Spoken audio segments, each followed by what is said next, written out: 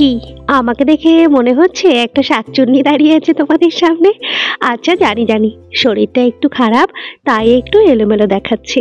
দেখো, আমি হেল্প করতে পারছি না বলে বড়মশাই নিজে থেকেই সব জামা কাপড়গুলো আয়রন করছে।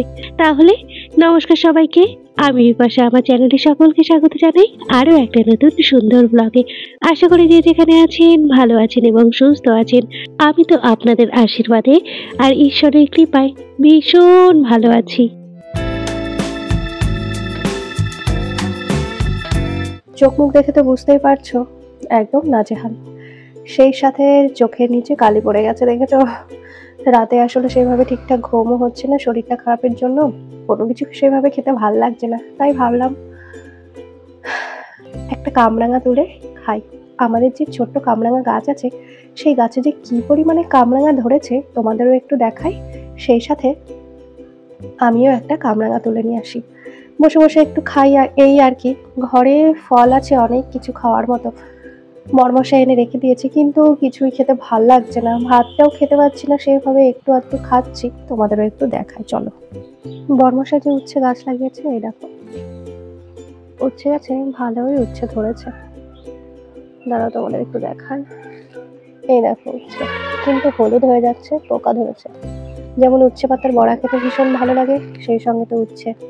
সাথে সব মূলো গাছ লাগিয়েছে। এই একটা ছোট্ট বেবি কারি পাতার গাছ। এই দেখো খুব ছোট্ট সাইজের একটা কামরাঙা গাছ। এই যে, চলো তোমাদের ফলগুলো একটু দেখাই। দেখো একবার, কামরাঙা গাছে কামরাঙা ধরে মানে 100-র ওপরে এইটুকু গাছে কামরাঙা আছে। খুব ছোট গাছ। এই যে, ওই দেখো সব গোড়ায় গোড়ায় ফল ধরেছে। ফুলগুলোও কি দারুণ লাগছে, সেই সাথে ছোট্ট ছোট্ট বেবি কামরাঙা গুলোও সুন্দর লাগছে, বলো? দেখি একটা পাকা দেখে তুলে নি। এই যে, এগুলো এখনো পাকেনি, এগুলো এখনো বড় হবে। এই একটা আছে, এটা পেকে গেছে, এটা তুলবো।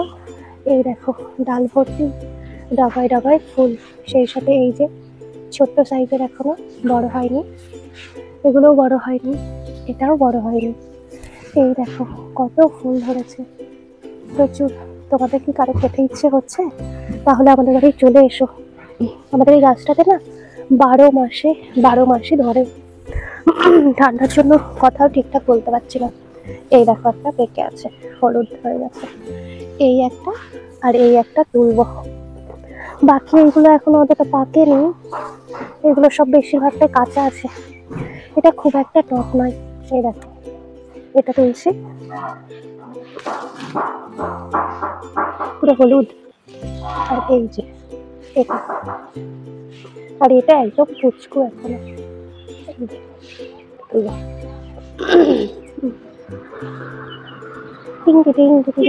দুটো তুলে নিয়েছি, চলো এই দুটো ধুয়ে এবার খাই দিয়ে। চলো, দুটো কামরাঙা ধুয়ে নিয়ে এসছি। আর এই যে বিটে কেটে কুটে আর পরিপাটি করে আনিনি। ছোটবেলায় যেভাবে হাতে করে লবণ নিয়ে কুল ফুল খেয়ে বেড়াতাম, সেভাবেই খাওয়ার জন্য একটু নিয়ে এলাম। এই কামরাঙা খেতে একটু লবণ লাগে না, তবুও একটু মনে হচ্ছিল বিটুন নিয়ে।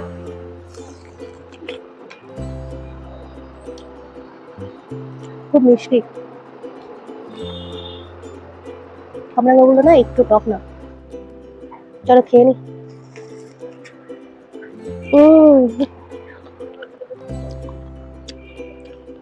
দেখে পুরো রসে টুকুটুকু হয়ে গেছে, ঝোল টপকে টপকে পড়ছে, ভীষণ ভালো খেতে। আসলে ঠান্ডার জন্য তো মুখে একটু স্বাদ নেই, সেই জন্য আরো বেশি ভালো লাগছে খেতে। কাল তো পুরো দিনটাই শুয়েছিলাম, একটু বিছানা থেকে উঠি, মানে রান্না বান্না খাওয়া দাওয়া সেরে বড়মশাই চলে গেছে, আর আমি ওই যে বিছানায় শুয়েই আছি। গলায় এইগুলো পুরো ব্যথা হয়ে আছে, এই সমস্ত সাইডগুলো। হয়তো আমার টনসিলই ফুলছে নাকি, একটু খুব প্রচন্ড ব্যথা হয়ে আছে। তোমরা তো দেখতেই পেলে কামরাঙা এনে খেলাম। রোদে একটু বসে থাকতে ভালোও লাগছে, আবার রোদের তাপটাও প্রচন্ড, পিঠটাও পুড়ে যাচ্ছে। সকালে যে জামা কাপড় মেলে দিয়েছি এখানে, সেগুলো তো তোমরা দেখতেই পেয়েছো হয়তো একটু, ওগুলো শুকিয়ে গেছে, তুলে নিয়ে যাব।